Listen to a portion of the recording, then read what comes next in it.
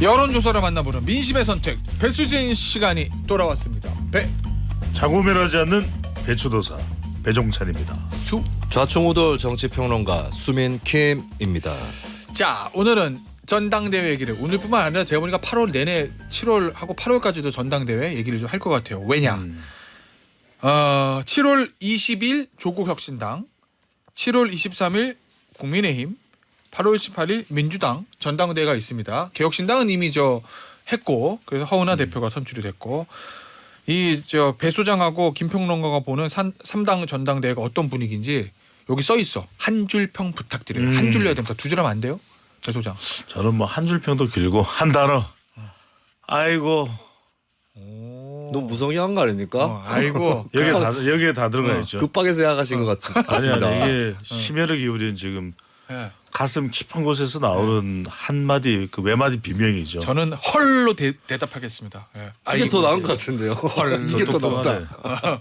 헐. 웃음이 그렇게 살지 마. 나도 진행하고 있어. 아니 근데 아이고는 뭡니까? 이게 왜 그러냐면 예. 헐이 더 좋네. 헐 왜냐면 좋죠. 예. 이게 참 전당대회가 한심하죠. 예. 한심하고 예. 국민들은 지금 먹고 사는데 너무 힘든데 예. 아침에도 우리가 지금 출연만 하려고 해도 아둥바둥해서 오잖아요. 예.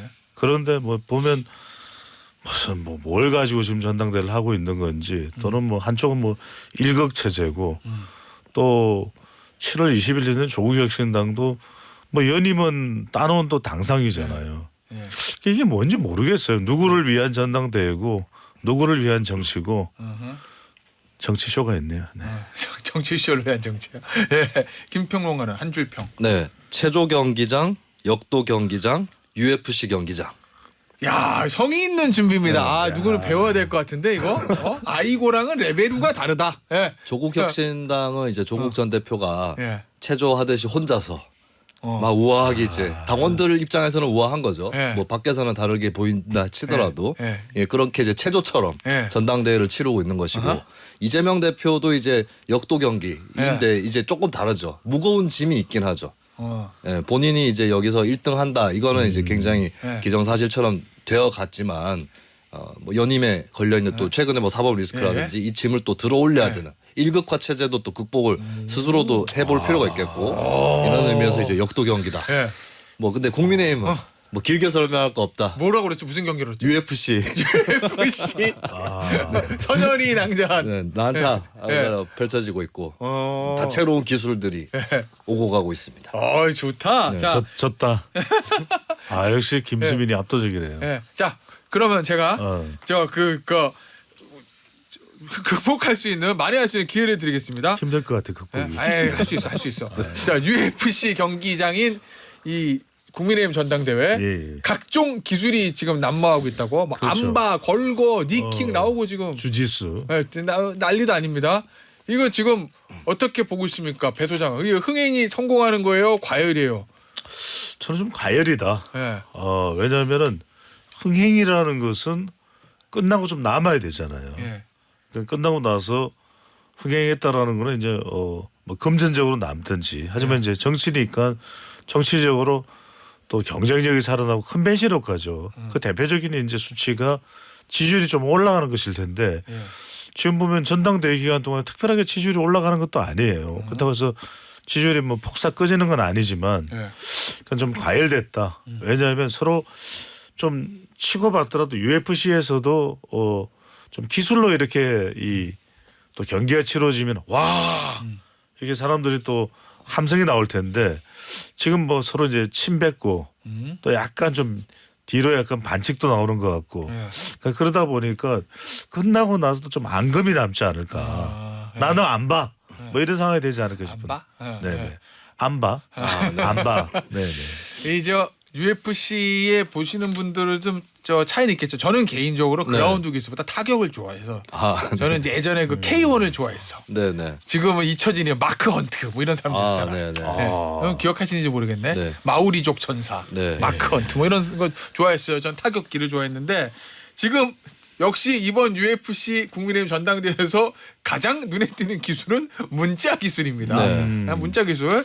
우리 김수현 평론가한테 이거 저 문자 기술 관련해서 질문을 드립니다. 네. 여론은 과연 어떤 지점에 눈길을 줄까? 저희 배 작가가 네. 아주 친절하게 객관식으로 만들었어요. 주관식 하면 맷지 선다형입니까? 삼지인데요, 지금? 삼지면 네. 좀 쉽다. 네. 사지도 네. 제가 하나 만들지 뭐. 네. 아, 네네. 1. 한동훈 당시 비대위원장이 문자를 소위 씹은 거. 아하. 2. 김건희 여사가 문자를 보낸 거. 3. 그런 1심 논란을 떠나서 지금 이 사안이 흘러나온 거. 네. 4. 주관식으로 답하련다. 뭡니까? 일단은 처음에 나오는 거는 3인 것 같아요. 처음에 드는 의문은 왜 지금 이게 나오지? 네. 이건데 네. 이게 조금 더 흐르고 사람들이 곱씹어 보면 네. 이 영부인이 좀 여기에 관여를 했구나. 네.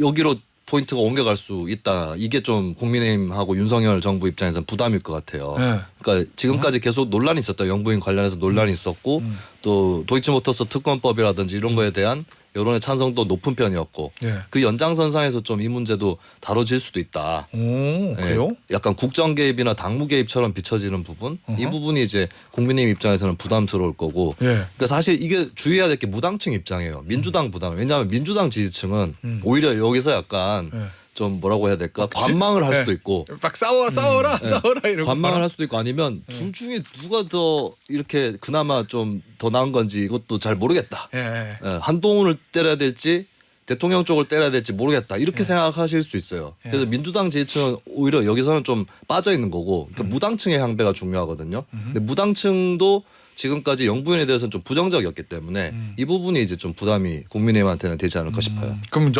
김건희 여사가 이 타이밍에서 등장한 거 이게 이제 여론은 관심일 거다. 최종적으로 이 얘기인 거죠. 네. 저 배종찬 소장 아까 문제 잘 못 들었어요? 저는 아니 다시 읽어드릴까? 질문제 있잖아요. 있어요. 예. 네. 근데 이제 저는 이 지점보다도 이거 이제 전당대회에 미치는 영향은 제한적일 것 같아요. 그 얘기는 어떤 의미예요? 왜냐하면은 첫 번째로는 이 사안이 이제 전당대회 내내 이슈가 되겠죠. 예. 그런데 한동훈 후보에게는 뭐 조금이라도 부담은 될 겁니다. 부담이 안 되지는 않을 거예요. 예. 그렇잖아요. 어떤 예. 김건희 여사와의 관계 이른바 예. 결과적으로는 이번 전당대회도 지난 총선도 또 앞으로의 대통령 임기도 두 가지요. 책임, 최상병, 김여사 이게 계속 가요. 다음 대선 3년 남았는데 그때도요? 아니 계속 가. 어. 계속 간다니까요. 그러니까 이 상황에서 결국은 누가 당대표가 되더라도 이게 과제라는 거예요. 예. 김건희 여사와의. 그러면 다른 한동훈 후보 외에 다른 사람이 당대표가 되면 윤석열 대통령 김건희 여사와의 관계가 과제가 안 될까요? 과제가 되겠죠. 최상병 특검은 과제가 안 될까요? 예. 과제가 되죠. 예. 근데 이제 중요한 거는 결과적으로는 이거겠죠. 전당대회 이후에 이 관계가 계속 지속될 수밖에 없는데 어떻게 이걸 해결할 수 있는 방안이 나올까? 지금은 그냥 논란만 되잖아요. 예. 근데 이게 결과적으로는 최상병 특검 또 김건희 여사 이번에 이제 문자죠. 지난번에 이제 백이었고 결국은 이게 국민의힘의 가장 큰 그거예요. 가장 큰 아킬레스건이 되어가고 있는 것 같아요. 두 가지 이슈가. 그러니까 이게 결과적으로는 전당대회 내내 이슈가 되고 전당대회 끝나고 나도 이슈가 되는 그런 상황이 벌어지는 거죠. 자 일단 그래서 하나씩 짚어보자고요. 이게 문자가 전당대회에 미치는 영향, 풍향이 바뀔까 뭐 이런 거잖아요. 이거 어떻게 봅니까, 배 소장은? 저 김평론가는 네. 배 소장은 영향 없을 거라고 그랬고. 예. 그러니까 이거 이렇게 생각하는 분들도 있을 거예요. 아니 저렇게 메시지까지 보내가지고 구체적으로 얘기도 했는데 저거를 모른 척했단 말이냐, 무시했단 말이냐. 한동훈 전 위원장 좀 그게 없네, 느자구가 없네. 이렇게 생각하시는 분도 있을 거예요. 분명히 있을 거고 그리고 전통 보수층에서도 있을 겁니다. 예. 근데 그게 과연 그렇게 강할지는 모르겠어요.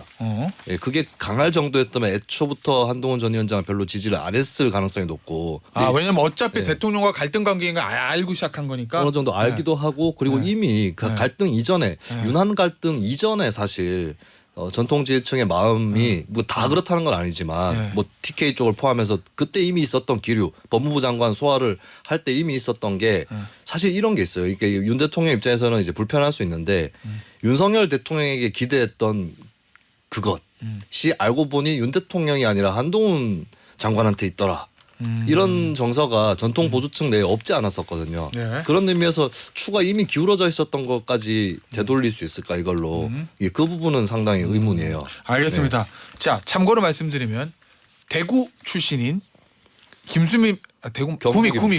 네. 구미 느자구 없다는 경북 사투리는 아닙니다. 아마 네. 호남 쪽에서 많이. 그러니까 네. 제가 참고해 늦자고 없다라는 거는 이 싹수 없다의 전남 방언이라고. 예. 구미 출신의 동서화합을 추구하는 저입니다.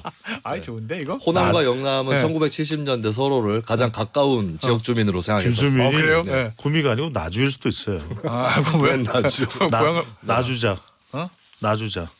마이크 5분간 정지. 네. 네. 재미없다. 예.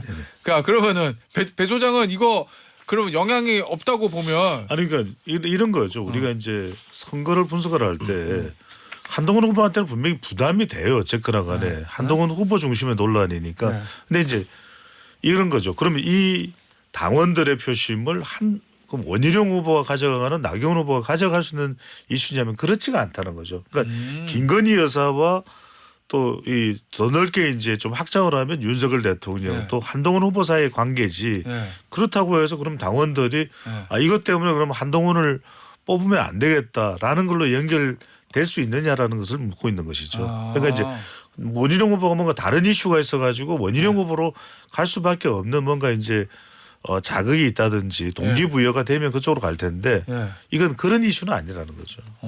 알겠습니다. 그리고 한동훈 전 위원장한테 마이너스가 되더라도 네. 승패를 바꿀 수 있을 정도냐 이 부분에 의문이 있는 건데 이제 중요한 건 아까 배 소장님도 말씀하셨지만 전당대 이후가 더 중요하거든요. 예. 근데 이렇게까지 대결을 펼쳤는데 예. 어느 한쪽이 이겼다, 졌다. 그 다음에 어떻게 될 거냐. 예. 이 부분에 아마 여론의 관심도 쏠리게 될 거예요. 국민의힘 이제 어떻게 되는 거지? 예. 네, 저는 이제 이게 뭐 나아간 예측일 수도 있겠지만 뭐 하나의 가능성이에요. 윤석열 대통령의 탈당 예를 들면 헐. 네, 한동훈 전 위원장이 당선됐을 때 예. 이런 것까지도 이제 여론은 상상할 수밖에 없는 자, 그런 그러면 상황이 되는 것 같아요. 알겠습니다. 그럼 이 타이밍에 누가 왜 이 문자를 밖으로 뭐 유출이라고 해야 되나 이렇게 흘러나와서 보도가 됐느냐라는 거는 우리 상상의 영역이니까 네네. 차치하고 그러면 어찌 됐건 간에 원하든 원하지 않든 전당대회에 김건희 여사라는 이름이 등장하기 시작했어요. 그러면은 한동훈 위원장에게는 두 사람 다 영향이 별로 없을 거다. 이렇게 얘기를 했고 그러면 김건희 여사와 윤석열 대통령 그러니까 대통령이시는 거죠. 네. 여기에는 이 문자가 어떤 영향이 있을 거예요? 전당대회 중간 또 이후라도.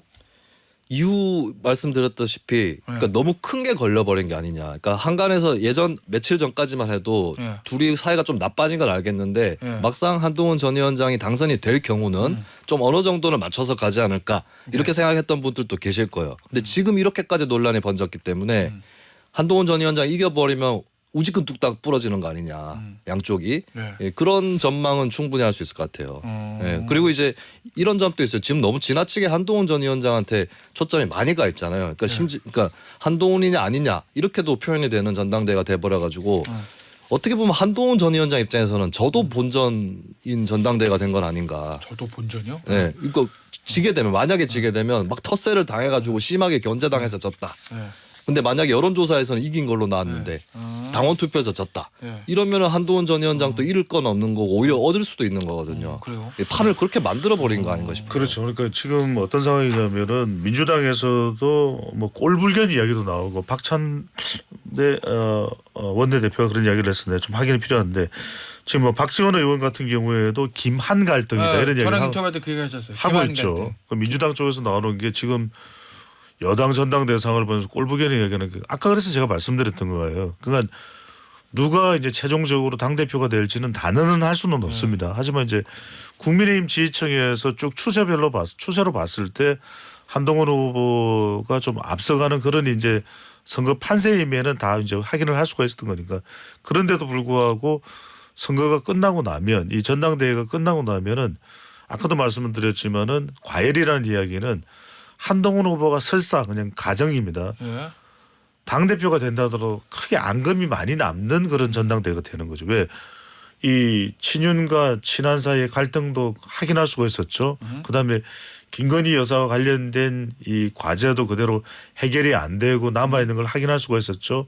그다음에 윤석열 대통령의 관계 배신자 프레임도 있죠. 그래서 누가 되더라도 이겨도 이긴 게 아닌 거예요. 지금 상황은. 알겠습니다. 이게 전당대가 만약에 총선하고 전당대회 사이에 간극이 길었으면 네. 한동훈 전 위원장한테 더 불리했을 수도 있어요. 오히려 왜냐하면 문자가 만약에 그 사이에 이렇게 퍼졌다고 하면 예. 일단 지지층 내부에서 이거 파국으로 간다 잘못하면 한동훈을 일단은 좀 유예시켜야 되겠다 이런 판단들이 확 번질 수도 있는 건데 지금 전당대가 너무 임박했기 때문에 예, 저는 그렇게 안 갈 거다. 그러니까 파국을 막기 위해 한동훈을 찍지 않는다. 이렇게 가는 게 좀 크진 않을 것 같아요. 알겠습니다. 자, 민주당으로 가보겠습니다. 이르면 오늘 이재명 전 대표가 연임 도전을 선언할 수도 있다. 뭐 이런 관측이 있는데 이 연임 관련한 여론조사 있죠, 배 소장? 있습니다. 오늘 소개드린 모든 조사는 중앙선거여론조사 심의위원회 홈페이지에서 확인 가능합니다. 뉴시스가 에이스 리서치에 의뢰를 했어요. 지난달 25일, 26일 휴대전화 가상번호 전화 면접 조사 결과인데 이재명 전 대표가 당대표직을 연임하는 것에 대해서 찬성한다는 응답은 42.1%, 반대가 46.4%입니다. 큰 차이는 아니지만 수치만 놓고 봤을 때는 반대가 수치상으로는 더 높다라는 거. 민주당 지지층에서는 압도적이에요. 연임 찬성이 80.3%, 반대는 이제 11.6%밖에 안 되는데 문제는 이제 중도층이나 지지하는 정당이 없다는 무당층에서는 무당층입니다. 53.1%가 반대예요. 그러니까 이제 뭐 우리가 그런 이야기를 많이 합니다. 지금 이재명 전 대표의 연임은 이 거대 정당이란 말이에요. 유례가 없는 일이다. 그러니까 과거에 김대중 전 대통령이 야당 총재 시절에 또 그때는 숫자도 적었었고 의원 수가 그때는 위기 국면이기 때문에 위기를 위해서는 구심점이 되는 인물이 필요했고 그럴 때는 이제 연임을 할 수도 있는 것이었는데 지금은 충분히 누구라도 내가 당대표 할게요 나올 수 있는 사람이 많아야 되는 게 상식이겠죠. 예전에 김영삼 총재, 김대중 총재 시절과는 다르다. 그렇죠. 지금은. 예. 그런 상황에서는 지금 상황이 경쟁자조차 나오지 않고 있던 물론 이제 김두관 전 의원이 나온다 이런 이야기가 나오고 있습니다만 그럼에도 불구하고 일극 체제가 더 굳어지고 있다 하고 있습니다. 결국 이제 중도 확장성 문제잖아요. 네. 뭐 이재명 일극 체제라는 이제 비판들이 일부 언론하고 이제 지금 여당에서는 하고 있고 결국 이제 중도 확장성 문제인데 이 민주당에서 이재명 대표의 연임 찬성 비율이 높은 것보다 네. 이 무당층에서 반대가 높은 거 이거를 민주당은 좀 뚫고 가야 되는 거 아니에요? 그렇죠. 그게 숙제가 되는 거고 이게 묘한 게 일단은 그래도 민주당에서 워낙 지지층 내에서는 압도적으로 찬성이 높기 때문에 예. 대표 연임을 하는 데는 아무 지장이 없게 뭐 됐어요. 그렇죠. 그리고 총선 때 그러니까 민주당 지지율이 굉장히 낮은데 이 대표 연임을 찬성하는 지지층이 많으면은 그거는 지지율 자체가 낮아져 가지고 좀 좋지 않게 올라간 거니까 예. 모르겠는데 지금은 이제 총선에서 이제 대승을 한 이후에 그 다음에 얻은 것이기 때문에 일단 대세에는 지장이 없게 됐습니다만 대선에 도전하는 데 있어서 신경을 써야 될 부분이 네. 무당층인 것이죠. 그러니까 총선 때는 사실 야당에 투표하는 국민들이 약간 야당에 있는 사람보다는 야당이란 틀 자체에 투표하는 경향이 있거든요. 네. 여권을